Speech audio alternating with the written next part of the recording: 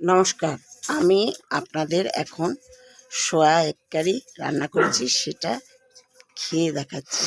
সোয়া egg কারির মধ্যে আমি পেঁয়াজ বাটা, লঙ্কা বাটা, লঙ্কা মানে কি কাঁচা লঙ্কা বাটা, আদা বাটা, রসুন বাটা, রসুনটা একটু বেশি করে দিয়েছি।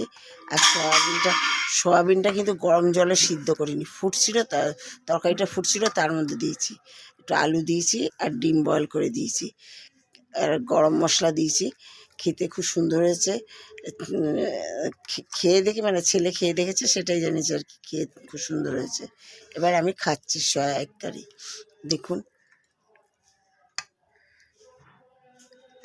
এই ঝোল নিলাম, আলু নিলাম, এবার সয়াবিন নিয়েছি, ডিম নিয়েছি। এবার দেখুন,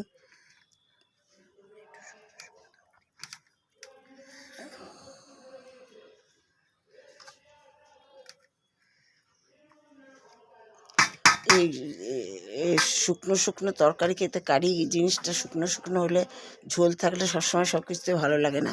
শুকনো শুকনো খেতে, কষা টাইপের করলে খুব ভালো লাগে। সোয়া এগ কারিটা কষা কষা করেছি, ওই জন্য এত দেখতেও সুন্দর লাগছে। আর আমার ছেলে বললো খেয়ে খুব সুন্দর হয়েছে, আর আমি খাচ্ছি এখন, আমার কাছেও ভালো লাগছে, খুবই সুন্দর হয়েছে।